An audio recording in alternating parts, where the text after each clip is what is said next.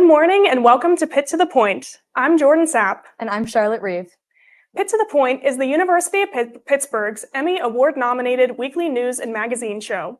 We're broadcasting from the state-of-the-art Pitt Studios. Get ready for a comprehensive dive into everything from the University of Pittsburgh to the heartbeat of the city and beyond, covering national and international events, noteworthy individuals, and compelling stories. We're thrilled to bring back your favorite segments and introduce fresh features, including live reports that shine a spotlight on the thriving activities happening across our diverse University of Pittsburgh regional campuses. Keep an eye out for our newest segment, Crossing Over at Pitt, showcasing the groundbreaking collaborations between different departments and schools, setting new standards for innovative teaching across the nation. And we'll continue to keep you informed about the latest developments in politics, sports, medicine, and entertainment from Pitt to the Point. We're excited to bring you a special edition of Pitt to the Point this week.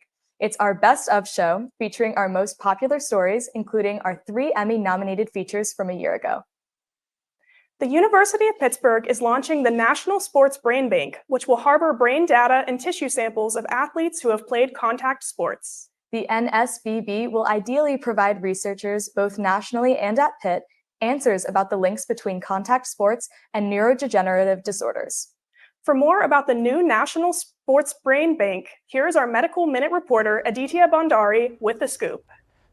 Thank you, Jordan and Charlotte. So around last year, May 2023, the program known as the National Sports Brain Bank was installed by the University of Pittsburgh, and with the plans to accompany both professional and recreational athletes, and through an individualized program that would look at them over a long span of time, seeing the connection between contact sports and traumatic injuries, both major and minor. We got to hear from the Dean of the University of Pittsburgh's Medical School, Dr. Anantha Shaker, and hear what he had to say. Hello, I'm Anantha Shaker, Senior Vice Chancellor for Health Sciences and the Dean of the School of Medicine at University of Pittsburgh.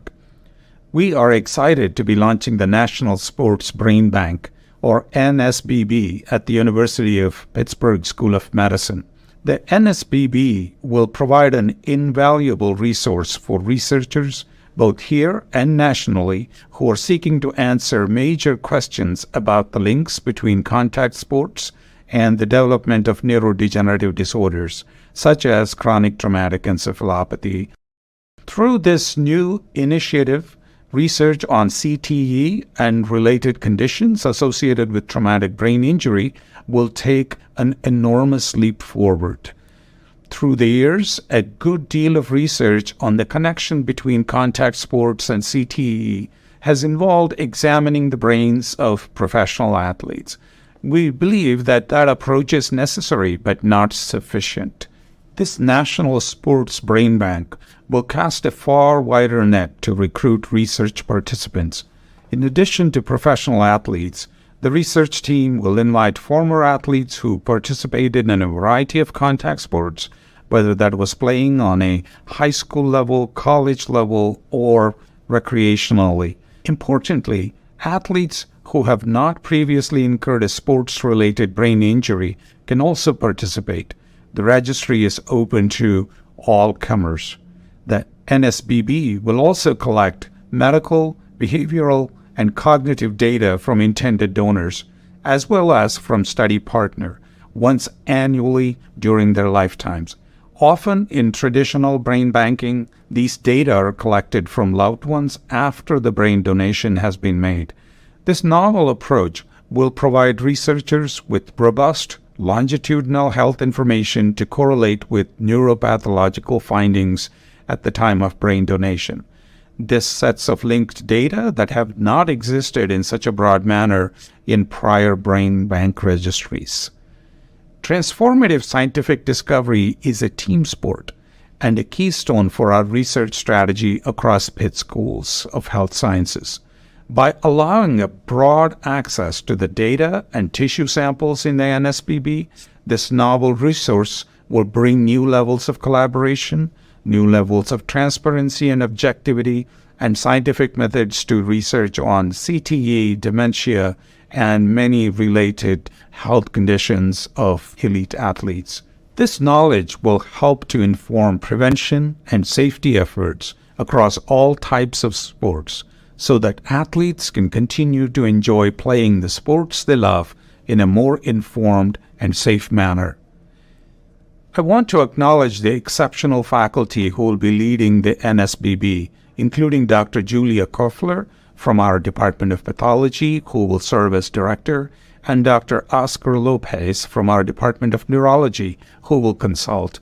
Both currently serve respectively as the co-director and director of the University of Pittsburgh Alzheimer's Disease Research Center, an internationally recognized leader in the study of neurodegenerative diseases.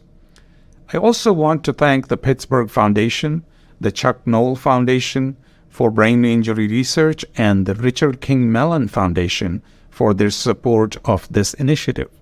I also want to thank the Pittsburgh Steelers legends for participating in this important study and helping to advance the recruitment efforts. As Pittsburghers know, this is a great sports town. Pittsburghers want to make playing sports safe, and safe sports means establishing this incredible resource. We thank you and we appreciate all of the support given to the University of Pittsburgh School of Medicine. As this program was announced in May 2023, it has a long way to go. But a fun fact about this program is former Pittsburgh Steelers running back and Hall of Famer Jerome Bettis is one of many participants that will be in the first stage of this initiative. From Pitt to the Point, I am medical med reporter Aditya Bandari. Jordan, Charlotte. Thank you, Aditya. In 1988, Pittsburgh received its first and only woman mayor to date. Mayor Sophie Masloff was a trailblazer in local politics who worked hard to revitalize Pittsburgh in the midst of economic hardship. This week's political segment illustrates the legacy Mayor Masloff left to the city she called home. Here is Olivia McDonald, our political reporter, with the story. Thanks, Jordan and Charlotte. 36 years ago, the city of Pittsburgh appointed the first Jewish woman to be the mayor, Sophie Masloff. Masloff has helped shape and build the city to what it is today by making the city more affordable and providing a future for our sports teams, and by giving women the opportunity to make a difference. A pioneer, an inspiration, and the grandmother of Pittsburgh, Sophie Masloff was truly one of a kind. As the first woman and Jew to serve as mayor of Pittsburgh, Masloff dealt with the city's daunting problems with unparalleled conviction and resilience. Born in 1917 to Romanian immigrants, Masloff spoke only Yiddish until elementary school. Growing up in the Hill District, she attended Fifth Avenue High School before immediately seeking employment. After working for the government for 3 years, she went on to become a clerk at the Allegheny County Court of Common Pleas in 1938, where she would serve for 38 years. In 1976, Masloff was elected to the Pittsburgh City Council. After serving on the council for 12 years, she was elected president in 1988. However, a few months after being elected, Mayor Richard Caligari died in office. Since the president of the council was the first in line for succession, Masloff was appointed mayor. Masloff's welcoming was not a warm one. Pittsburgh was in the midst of rapid urban decay, a crumbling steel industry, and some thought Masloff's demeanor was too grandmotherly to face these issues. I felt that I had a hostile council. I just felt that they were resentful, and I was extremely self-conscious the first few meetings. However, she grew on people and won a full term uncontested in 1989. The grandmother's reputation quickly turned positive as Mayor Masloff began investing in her city, from privatizing city assets like the Pittsburgh Zoo and Phipps Conservatory, and suggesting both the Pirates and Steelers have their own individual stadiums. She began remaking Pittsburgh into a destination city. Masloff retired in 1993. She represented Pennsylvania as an elector in 1996 and was a delegate to the Democratic National Convention in the 2000s. Despite her death in 2014, she will be remembered as a hero for women everywhere and one of the most impactful figures in Pittsburgh history. Sophie Masloff is still the only woman to serve as the mayor of Pittsburgh. So if you are an aspiring woman looking to make a difference, make sure to follow in Sophie Masloff's footsteps. For Pitt to the Point, I'm political reporter Olivia McDonald. Jordan, Charlotte. Thanks, Olivia. On to another Pittsburgh legend you most certainly have heard of Picklesburg. Ever since 2015, Picklesburg continues to be the talk of the town every summer. I loved seeing the Turners pickled iced tea last year. Yep, and you never know what quirky foods the vendors will have to offer there. For more details, here's our City Beat reporter, Lily Cohen. Lily? Without a doubt, everybody loves Picklesburg, Pittsburgh's premier pickle festival, where you can find anything and everything pickled. Some notable food items are deep-fried pickles, pickle beer, and even pickle ice cream, amongst other amazing pickle-themed foods. This year's festival will run from July 19th to July 21st. Follow along with our friend Sarah as she explores the 2023 festival and all it had to offer. Hi, welcome to Sarah's Super Summer Sightseeing Saga. Today we're going to take on Picklesburg. Let's go check it out.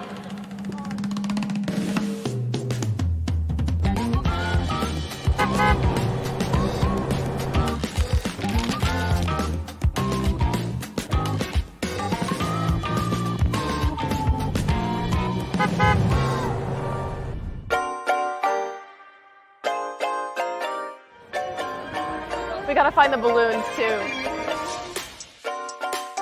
Sugar. Oh my god! There's another. We zoom into the large pickle down there.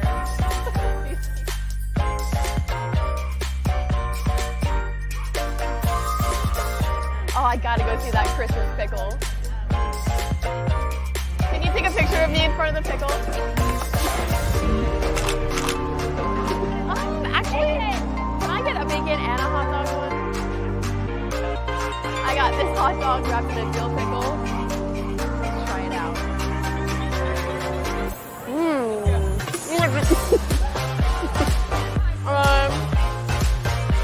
8 out of 10. 7.5 out of 10.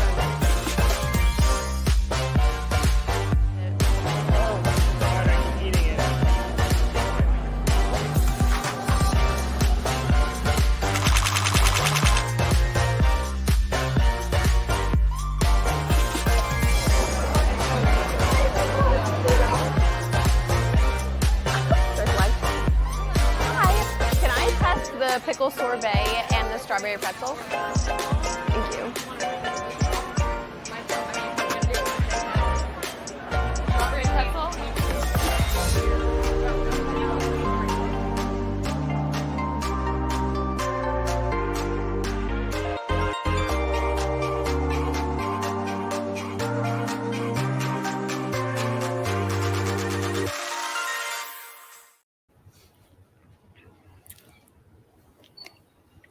USA Today has named Picklesburg the #1 specialty food festival in all of America for the past 3 years. The festival is looking to reclaim its title for the 4th year in a row for the 2024 awards. For more information on Picklesburg 2024, you can visit their website, picklesburg.com. It's going to be delicious. For Pitt to the Point, I'm City Beat reporter Lily Cohen. Thank you, Lily. I can't wait for Picklesburg this summer. Now, though we love all of our viewers, only original Pitt to the Point fans will remember these upcoming stories. Coming up, see which of our stories last year earned College Emmy nominations. Stick with us through the break as we revisit some of our best reporters and dear friends of yesteryear. See how these stories can give you a few pointers for this weekend's holiday.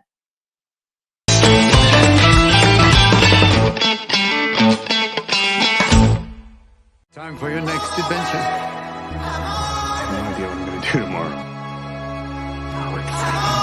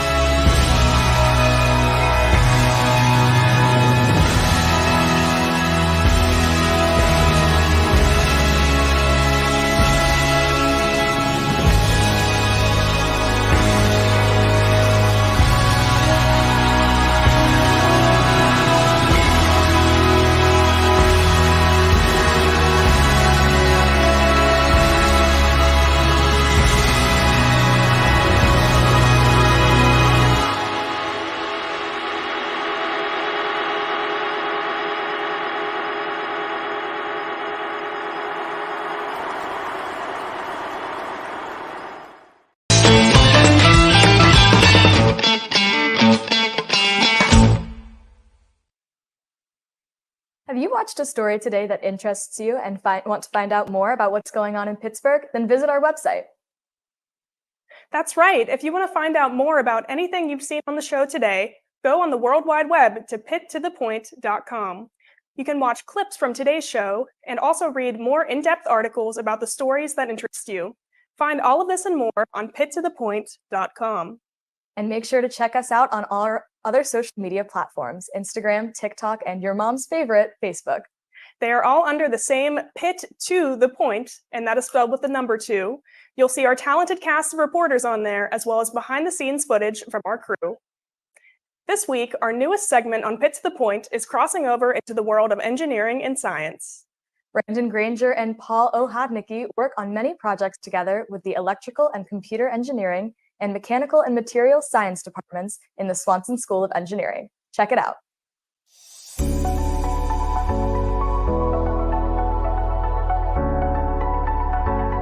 I'm Paul O'Hodnicki, and I'm a faculty member in the Swanson School of Engineering in the Mechanical Engineering and Materials Science Department. I'm Professor Brandon Granger. I'm an associate professor in the Swanson School of Engineering, a part of the Department of Electrical and Computer Engineering. A lot of the work that I do is very interdisciplinary. This lab has an emphasis on electric power. My focus is on everything from the materials all the way up to manufacturing components based on those materials. It involves material science, electrical engineering. It even involves a little bit of physics and mechanical engineering as well. The Department of Energy is funding us to work on, hey, we have these rare earth elements and we want to use non-rare earth elements. We're going to be putting these elements in permanent magnet machines, and you'll see these in wind turbines, electric vehicles. Well, you need to have an abundant supply of non-rare earth elements for the vehicles that we're going to be using in the future. The students really drive the projects. My role is to find good problems for them to work on and to make sure they have the resources and the mentoring to be successful. But really beyond that, it's all driven by the students and the researchers that are on the ground doing all of the work. And we really try and put together a team that has all of the characteristics to solve real-world problems. PhD students, master students, even undergrad students get involved in every project that we bring in-house. One of the highlights of my career would actually be in the facility right here, to bring in all these different organizations, but someone had to be in the center to kind of connect all the puzzle pieces together to ultimately establish the lab that you see in front of you. We had to come together in a multidisciplinary fashion to kind of pull this facility off. So that's how you actually take theory from the classroom to now how do you get it actually produced in real life.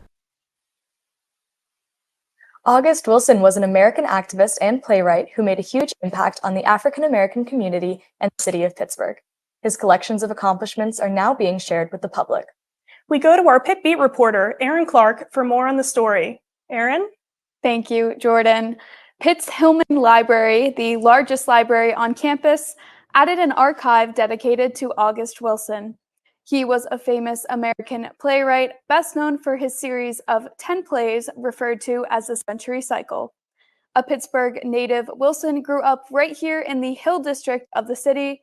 Now his work will be remembered forever in the heart of Pitt's campus. The archive documents his greatest successes and personal inspirations. His family graciously contributed artifacts and mementos to create an exhibit that celebrates his accomplishments. We acquired the collection in the fall of 2020.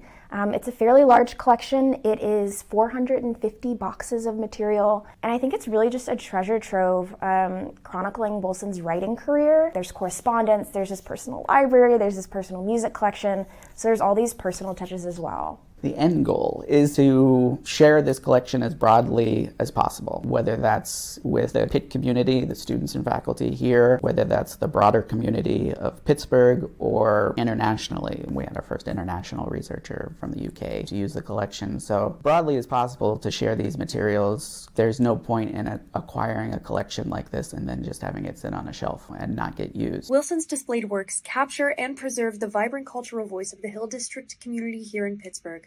As politically relevant as ever, the themes of racial equality, community, and activism in his works will live on through this collection.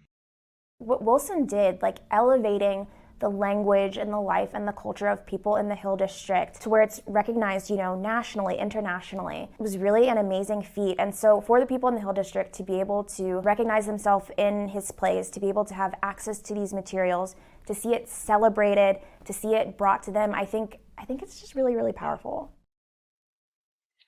The university library system was able to make the archive happen with the assistance of Wilson's widow, Constanza Romero. The collection is open to visitors for whatever reason and continues to explore themes of injustice and inequality that are just as relevant today as in Wilson's time. For Pitt to the Point, I'm Pitt Beat reporter Erin Clark. Jordan and Charlotte. Thanks, Erin. Here comes the sun. Last fall, the Vesper Gaucho solar project celebrated its completion after years of construction. The project is partnered with the University of Pittsburgh, helping to bring more renewable energy to campus. With the details is our business and technology reporter, Jack Agnew. What you got for us, Jack? The University of Pittsburgh is partnering with Vesper Energy for the Gaucho Solar Project. This project is a 68-acre solar panel farm located right by the Pittsburgh International Airport. Though Pitt is making advancements in clean energy in on-campus buildings every year, this partnership will result in 15,000 metric tons of reduced carbon emissions every year. This will help Pitt achieve its goals of carbon neutrality by 2037. Thank you for joining us to celebrate the commissioning and the commercial operation of Gaucho Solar. This project really was designed and built to provide renewable energy to the University of Pittsburgh. Gaucho was conceived 5 years ago to bring next generation clean energy infrastructure to Pennsylvania. 3 years ago, we were fortunate to partner with the University of Pittsburgh to help them realize their vision of obtaining clean energy, carbon neutrality by the year 2037. The electricity provided to the University of Pittsburgh meets the needs of about 18% of the university's electricity supply, significantly lowering the greenhouse gas emissions. We've raised the bar on our already stringent building energy standards, and we've put our existing 140 plus buildings on an energy diet by advancing energy efficiency projects every year. And we intend to be good neighbors every day and to be active members of the community. Over the lifetime of Gaucho facility, we'll contribute over $622,000 in tax revenue. Pitt has a multi-decadal history of leading, championing, and exemplifying forward-thinking and innovative practices that have deepened our climate mission and sustainability practices both operationally and academically.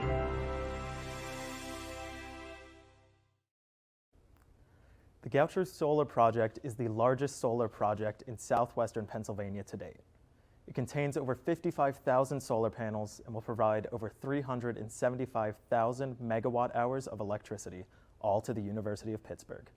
For Pitt to the Point, I'm business and technology reporter Jack Agnew. Jordan, Charlotte. Thank you, Jack. Stick around after the break to watch our interview with Pittsburgh sports announcer Bill Hillgrove. And you won't want to miss the latest details about Pitt women's lacrosse.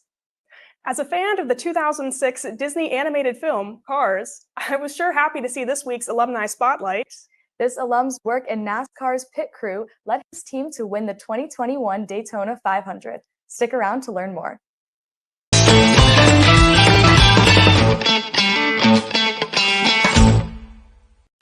They come here, forged in the spirit of change, pushing to answer the questions and then questioning the answers, embracing each challenge as fuel for reinventing the world.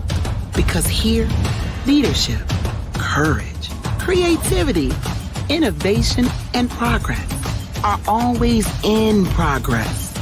The University of Pittsburgh, forge ahead.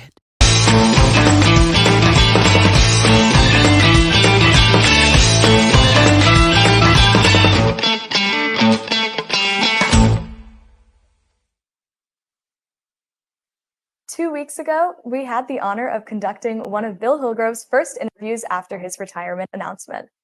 Bill Hillgrove is a legendary figure in Pittsburgh sports, having announced for the Steelers for almost 30 years. With more is our Pitt sports reporter, Sean McQuillan. Sean?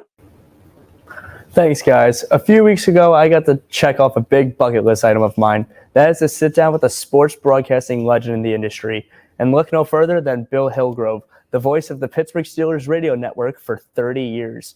Bill and I recently had an interview live on Pitt to the Point, conducting several things that happened throughout the entirety of his career, but mainly the legacy that he hopes to leave behind. So, first off, congratulations on an illustrious Pittsburgh Steelers commentating career. I mean, you're an idol to all of us future sports broadcasters, so thank you very much for everything you contributed to the game, and, I mean, I hope retirement suits you well, sir. Well, I quote Chuck Noll, who said, if you're thinking about it, it's time. And, when I took the job, I told Art Rooney II, I said, I have the energy to do both. And but that was 30 years ago. The energy, thanks to Mother Nature, has changed a bit. So I have to, make a tough decision, but I'm sure it's the right one. You can't go from 100 miles an hour to 0. So I'm going to get down to 50 miles an hour and be content to do Pitt football and basketball. Absolutely, Mr. Holgrove. And I wanted to ask you a few questions regarding your career. And let's start off with where it began. So your first job actually was as a disc jockey. And now 56 years later, you retire as a Dapper Dan Lifetime Achievement Award winner, a play-by-play announcer of 2 Super Bowl championships, and a PA Association of Broadcast Hall of Famer. I mean, did you ever think you'd ever have anything like this ever happen to you in your illustrious career? No, I kind of let the gentle winds push me. I always, loved sports. As a matter of fact, from my home in Garfield up on top of the hill, I could see the lights at Forbes Field, and I said to myself, I'd like to be part of that someday, thinking that perhaps I could be a Major League Baseball player. Well, I wasn't the best player in my neighborhood, so how am I going to be a Major League Baseball player? And so I was able to combine that love of sports with an ability that I discovered at a young age to have, some talent on this side of the microphone. And it's worked out rather well. But yeah, I was a disc jockey, and they came to me and said, have you done play-by-play? And I said, when I was a student at Duquesne University, they had an on-air station, which they don't anymore. And I had a chance to cut my teeth. I did a little bit of high school football and a lot of Duquesne basketball, which at the time used Fitzgerald Fieldhouse as the home venue. And, it just, I said to the boss, yes, I've done play-by-play. And he said, good, Ed Conway will do football, you'll do basketball. And I got my sports hat on. That was 1969. I love what you said when you brought up talent and all the history you brought up with the Fitzgerald Fieldhouse, and a bunch of other historic moments that happened with the Steelers. And speaking of that, we're going to take a quick look, Bill, at some of your famous calls over your illustrious career. Hello, everybody. I'm Bill Hillgrove along with Myron Cope. For the right to go to the Super Bowl. He has time and he launches a rainbow and it goes up and it's starting to come down to the end zone. And down there, it is juggled and in the end zone. Oh my! Drop! The ball hit the turf. The Steelers are headed to Phoenix. Go. Gets the snap. He scrambles around, throws it back corner of the end zone. Santonio with a touchdown! Santonio home! I don't know how he did it! Dominique Rodgers-Cromartie doesn't know how he did it. Guys, greatness is only a few feet away from us. It's up to us to walk that mile. The give to the right, and the bus waits. The bus drives, and the bus gets to the goal line. Touchdown, Pittsburgh! Jerome Bettis! If you would say, show me what the bus is all about, I'd play that play for you. That's what the bus is all about. Bill, those calls just almost like light a fire under you. It's so passionate, and it's unlike almost any other commentator who's ever graced the microphone when it comes to commentating a game on the gridiron. So congratulations on those famous calls, and especially the Santonio Holmes one. That's just a personal favorite. Well, thank you very much, Sean. As a kid who grew up in Pittsburgh, I grew up rooting for these teams that, I got the privilege to call. And so I think the passion comes naturally. It comes easy. There's the interview with Aaron Donald when he filled up his trophy case a few years back. And he has been good to Pitt, and what a person. I remember Kevin Colbert, the general manager at the time of the Steelers, talking about Aaron. He said, we watched his tape against Georgia Tech, and it took him like 3 or 4 plays. And then once he figured out what they were doing, he was in their backfield the rest of the game. He was a pretty special player. There's my longtime partner, Dick Grote, 40 years together. Probably the greatest athlete that Western Pennsylvania has ever produced. Absolutely. And there's some acknowledgement from the Oakland Zoo and the crowd. It's a good ride, and thank goodness it's not going to end. Yeah, just part of it. Absolutely. And Bill, I'm going to ask you one last very question. So what legacy do you hope to leave behind after calling it an end on your illustrious Pittsburgh Steelers commentating career? I want to thank the fans. Without the fans, you don't have a game. If you don't have a game, you don't have a broadcast. And so I owe it all to the fans. And fortunately, the Pitt fans will still be able to share some great moments. Well, Bill, thank you very much for joining us today. It has been an honor being able to speak with you.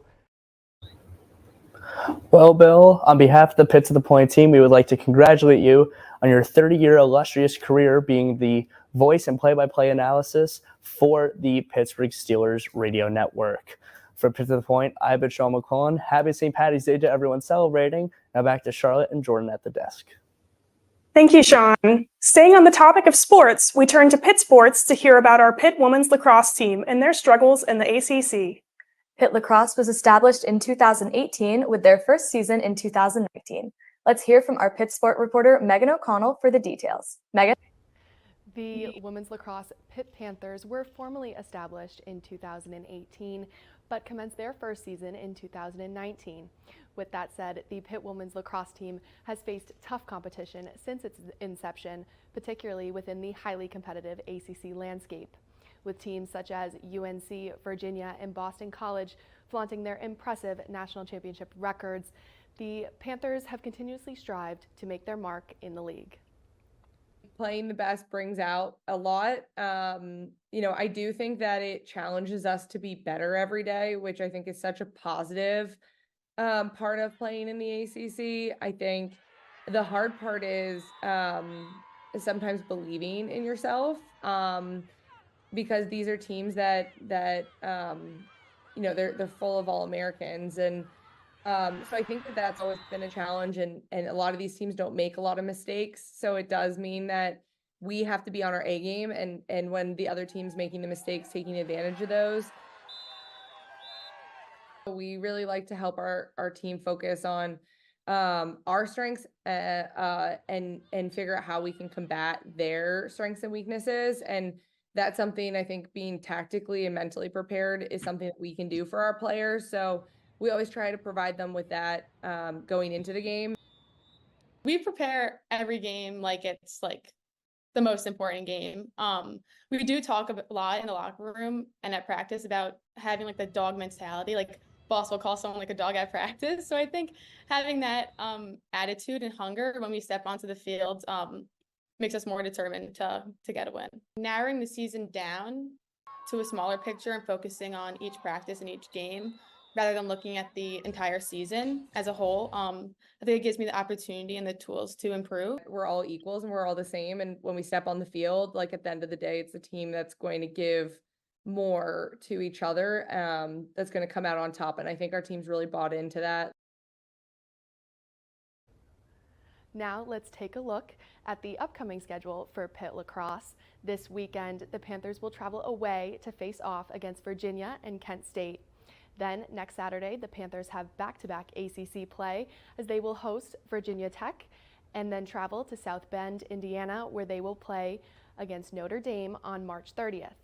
Central Michigan University will travel to Pittsburgh on April 2nd, and then with a quick turnaround, the Panthers will play Syracuse on April 6th in New York. Finally, the season will end with 3 consecutive home games for the Panthers at Highmark Stadium, where they will face off against Robert Morris University, UNC, and Clemson. For Pitt to the Point, I'm Pitt sports reporter Megan O'Connell. Charlotte, Jordan. Thank you, Megan. Shifting gears from that, we're turning from our own Pitt sports to the fast lane. This week's Alumni Spotlight has gone from wrestler to racer. Meet Matt Wilps as we follow his journey from the University of Pittsburgh to the pit crew of NASCAR. Coming up on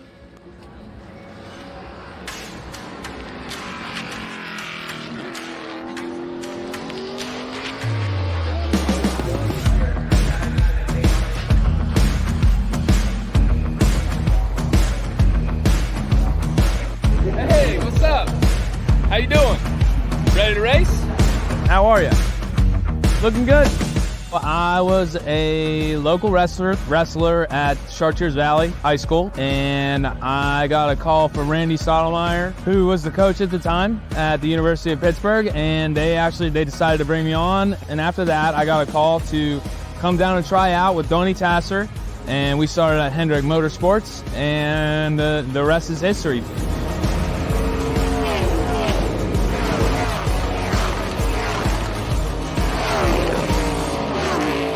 I saw you guys over here. How you doing? Good. Yourself? Fantastic. Ready to race.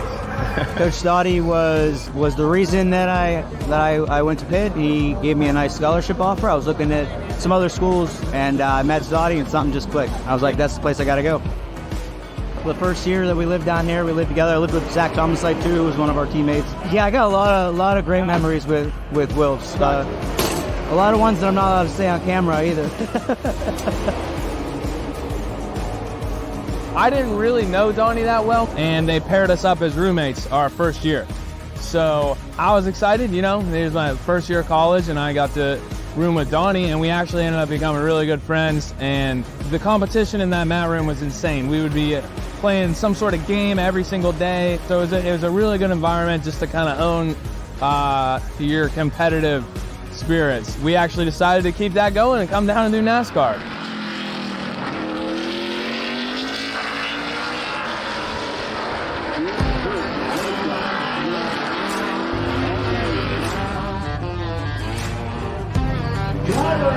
Start your engine!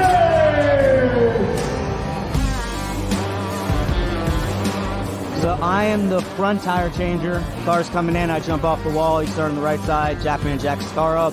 I disengage with now a single lug nut, pull the tire, and I throw it to the wall. Jackman puts the tire on, and I zip it back up, and we run over to the left side, do it again. I am the recruiting coordinator for Hendrick Motorsports. My job is to go out and find athletes from the college ranks to come in and do pit stops for us. When you ask something people may not know about Donnie, he's an avid reader. He's reading 3, 4, 5 books at a time. So we're certainly happy to have Donnie on our team, and we hope that he stays with us for a long, long time. We got a team meeting coming up, so we're going to discuss our strategies and game plan for the race. And we're all going to suit up, throw our fire suits on, and come out here and hopefully deliver on what our plan is to get out of this race. Obviously, our pit crews are super important. They can make or break our race. They can make my job easier getting us spots on pit road. If you didn't have a pit crew to come out and change your tires, you would be out to lunch. So they're probably the most important, sometimes overlooked people at the racetrack. In the 80s, the pit crew was basically the mechanics that brought the car to the racetrack, and then somebody brought in an athlete, and their pit crew got a little bit faster. And there's not an individual, I believe, on any of the top teams on pit road now that hasn't came from some sort of athletic background. We were in 1985 doing 24 to 22 second 4-tire stops, and now we do them in 10 seconds or less. It was definitely an easier transition from sports coming into NASCAR. It's more of an environment, a competitive environment that I'm comfortable with, so I'm happy that this opportunity came about. I had a writing and a history degree from Pitt. My intention the whole time was to be a sports writer. I slowly started to realize that I liked being a part of the story instead of being the one that writing it. And I'm glad that I came down here and tried out with Coach Flynn and everything. And yeah, can't imagine doing anything else.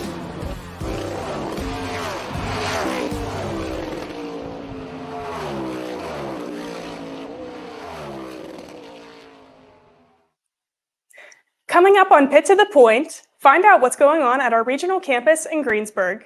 And see what interesting club we're highlighting this week. Also coming up, get a behind-the-scenes look at Wiz Khalifa and Chevy Woods' music video for their song, Oakland Originals, which highlights our very own Oakland. The rappers filmed the video right here at Pitt, so see if you can spot some familiar faces in the crowd.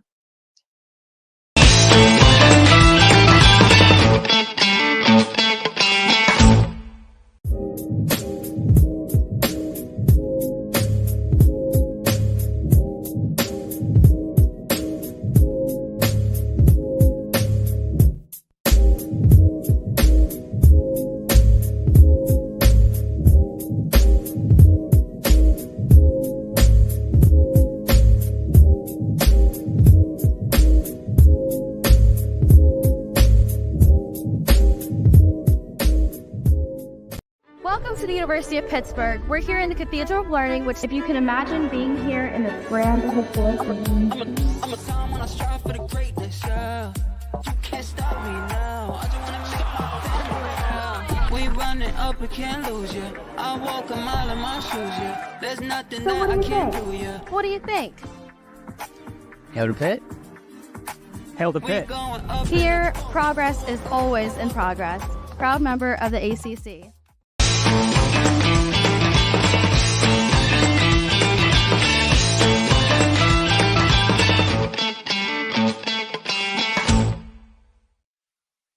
Welcome back to Pitt to the Point. Not only do we cover our Pitt campus news, but we also love to highlight Pitt's regional campuses. A few weeks ago, Pitt Greensburg held their Wing Stravaganza event, combining food, art, and fun. We go to our regional campus reporter, Zach Hankins, for more on the story. Zach? On Wednesday, February 21st, Pitt Greensburg hosted its annual Day of Giving through the event Wing Stravaganza. For this event, they unveiled a beautiful pair of artwork wings featuring iconic images from Pitt Greensburg's campus. Afterwards, they hosted the Hot Sauce Trivia Challenge, where participants got to answer trivia questions about Pitt Greensburg, and for everyone that they got wrong, they had to try an even hotter sauce. Unfortunately, I was not able to attend this event.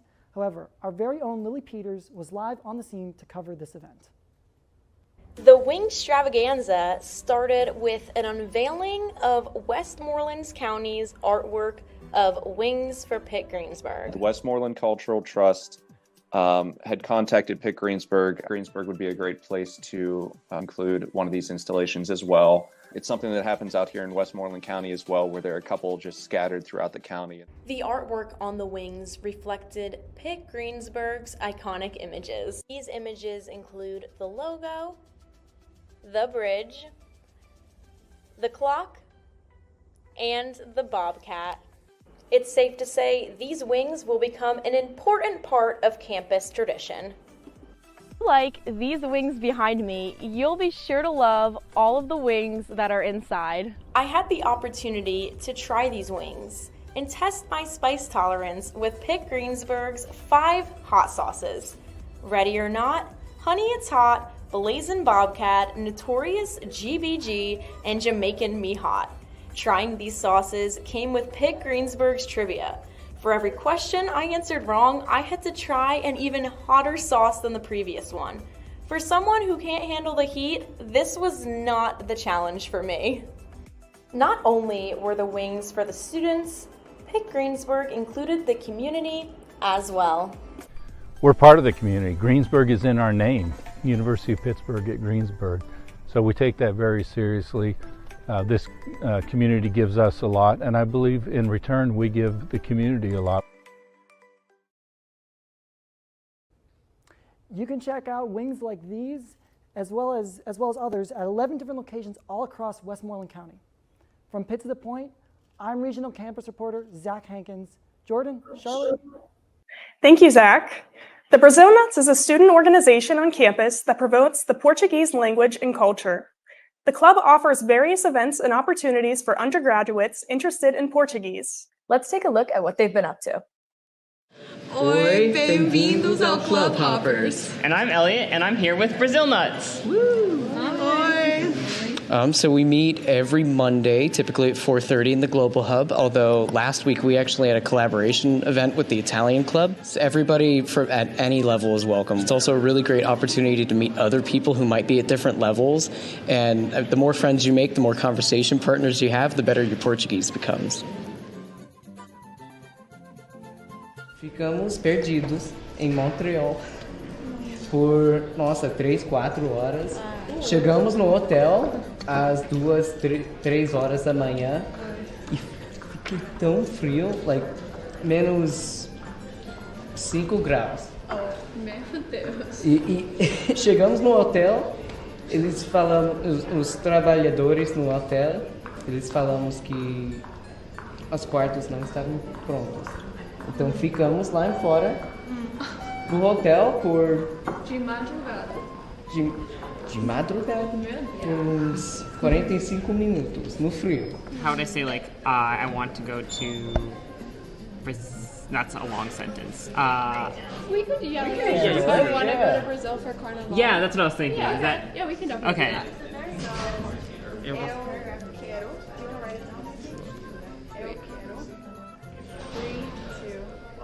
Eu quero viajar pro Brasil para Carnaval.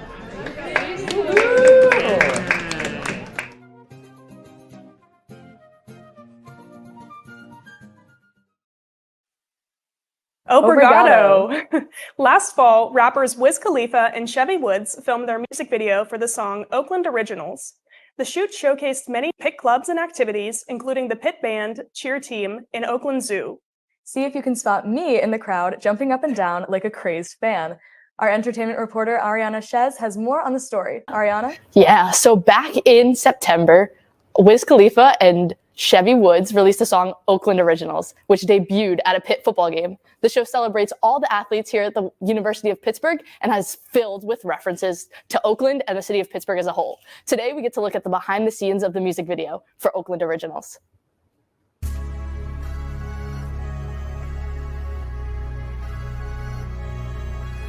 Yo, what up? It's your boy Chevy Woods. We are here at the University of Pittsburgh shooting a video for Bring 'Em to the O. We've got two alumni that are coming back today. We've got the women's basketball team. We've got 167 band members coming today. We've got cheerleaders doing stunts. Some legendary stuff going on right now.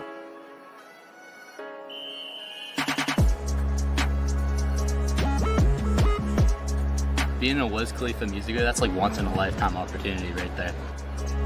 Yeah, I mean, for me, it's just representing the city and representing everything that we stand for here. What's up? It's your boy LaShawn Shady McCoy. It feels so good to be back in the Peterson Center, seeing DeJuan Blair, got Wiz Khalifa, a lot of greats. To be back in Pittsburgh it's like being back home again, man. We put Wiz and Chevy Woods in the center of the zoo, rapping, newspaper clippings going everywhere. Can't make this up. Then the band came. I ain't even gonna say nothing about that. You gotta see the video.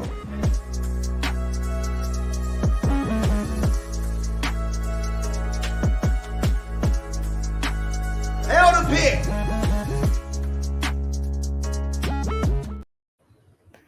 And a fun fact about Oakland Originals is it's actually named after a marketing group working with 412 Alliance, a collective that helps Pitt athletes secure deals with their name, image, and likeness. As a Pitt student, I appreciate the shout out from Chevy and Wiz.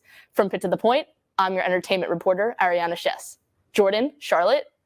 Thank you, Ariana. When we return to this special edition of the show, we will look back on our best stories of Pitt to the Point that have also been nominated in the Mid-Atlantic region of College Emmys. Here's a sneak peek of a few of the stories that were nominated for College Emmys last year. Do you remember seeing any of these stories when they first aired? Find out more after the break and see if you can recognize any Pitt to the Point alums.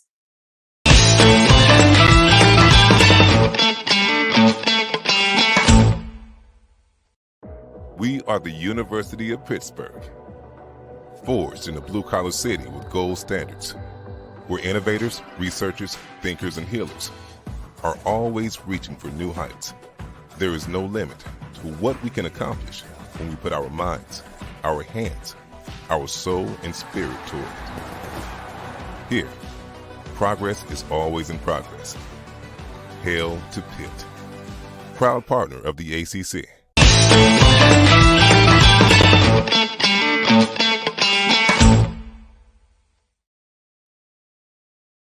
Have you watched a story today that interests you and want to find out more about what's going on in Pittsburgh? Then visit our website.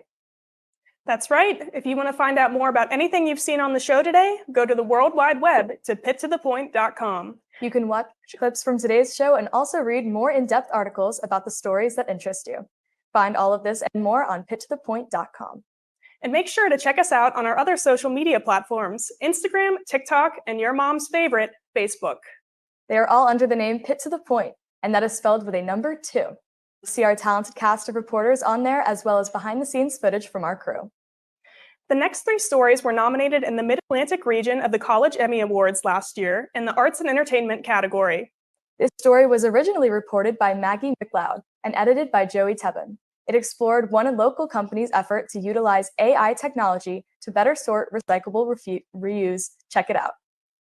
This is TrashBot. It may look like just an average trash bin on the outside, but on the inside, it's using artificial intelligence to sort trash and recycling so you don't have to. There's actually about 74 to 75% of our landfill that could be recyclable. We're really missing a large piece of the puzzle in regards to what's happening at the point of disposal. TrashBot's really created to take that decision away from the human itself and allow the robotics to automate and sort. So what we do is we show it an image and say, here's this object, and this is what it is.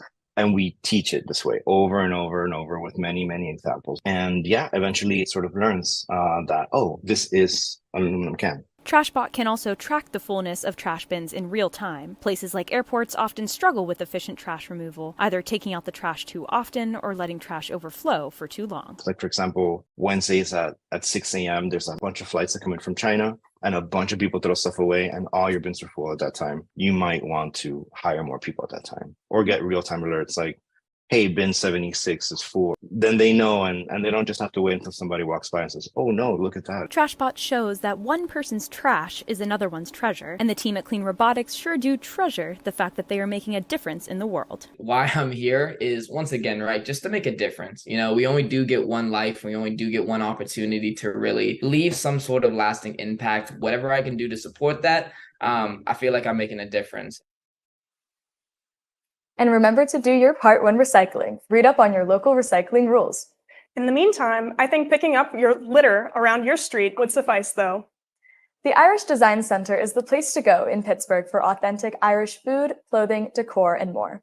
This story aired last year and was nominated in the Mid-Atlantic region of the College Emmys. Pitt to the Point reporter Allie Ross now works for CNN as a news associate. Let's take a look at hers and producer Natalie Bolin's story.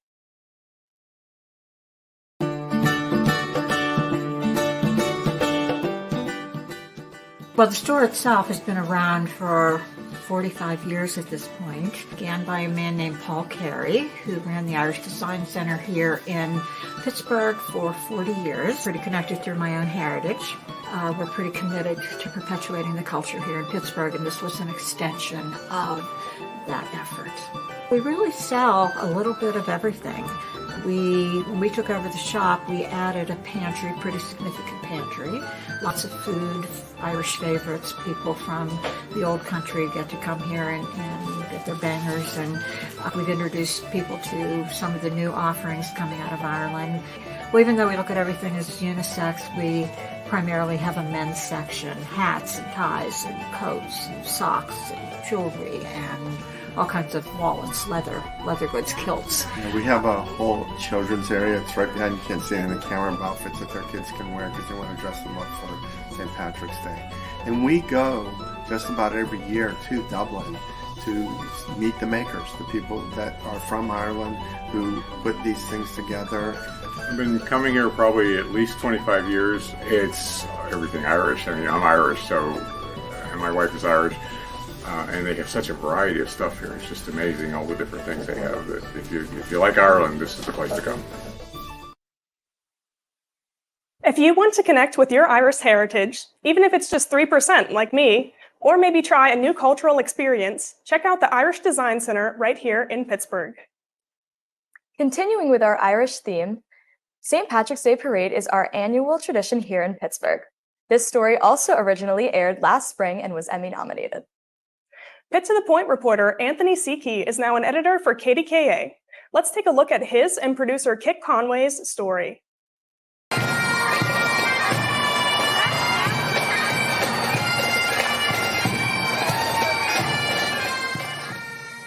Top of the morning to you and happy St. Patrick's Day to you all. We here at Pitt to the Point started our celebration a little early last Saturday with Pittsburgh's annual St. Patrick's Day Parade. Pittsburgh is home to one of the largest Irish American populations in the United States, with 11% of their population being Irish. And well, your trusty entertainment reporter doesn't fall into that percentile, so we needed to find a way to fit in. Let's head on down to the parade and see if I can pass off as being Irish.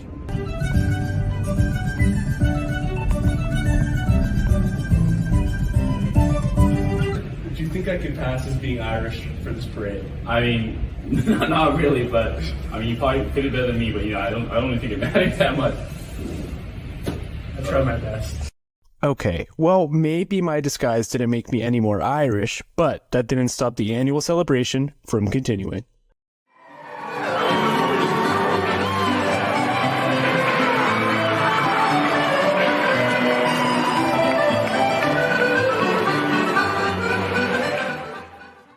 The parade is one of the largest events the City of Pittsburgh houses each year, with a route spanning almost 1.5 miles from start to end, gathering more than 200 attractions. The parade is not only the largest in Pittsburgh, but one of the largest in the United States, bringing over 200,000 spectators from around the United States annually.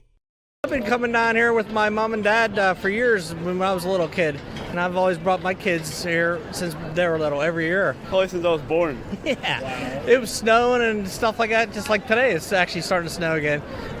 Pittsburgh natives look forward to the parade every year, with it being an annual tradition for many Pittsburghers. The parade is often referred to as the unofficial start to spring, even if that means spring is starting off with freezing temperatures. I had no desire to be up at 10 in the morning. It's my weekend. I didn't want to wake up. But now I'm here to just have some fun, I guess. Soak it in. What's your guys' favorite tradition for St. Patrick's Day? Just wearing green. It's so fun. Everybody wears it and just everybody's excited about St. Patrick's Day. St. Patrick's Day is a special time for Pittsburgh, a time of celebration for the city's Irish heritage, even for those who may not be blessed with the luck of the Irish. Pittsburgh's St. Patrick's Day Parade will continue to be one of the city's defining events for years to come. This year's St. Patrick's Day Parade will be tomorrow at 10 a.m. in downtown Pittsburgh. We hope to see you there celebrating Pittsburgh's Irish heritage. Don't forget, Pitt to the Point airs every Friday morning at 8 a.m. on the University of Pittsburgh's website, as well as the Pitt to the Point website. You can also watch a rerun of the show on Saturday morning at 10:30 on CBSN, which is KDKA TV's streaming platform. Make sure you tune in. Well, that brings our show to a close, Jordan. It's currently the last day of Pitt's spring break. Do you have any plans? Well, I'm so glad you asked. As this is pre-recorded, Charlotte, I will be in Florida as this airs. What about you? I'll be in New Orleans enjoying the warm weather and Creole food, but I'm excited to get back to the studio for our last show anchoring next week. Yes, well, we hope to see you again for some more news and all things Pitt here at Pitt to the Point. Thank you guys so much for tuning in to our special edition of the show. Please have a safe and responsible St. Patrick's Day weekend. Once again, I'm Jordan Sapp. And I'm Charlotte Reeve.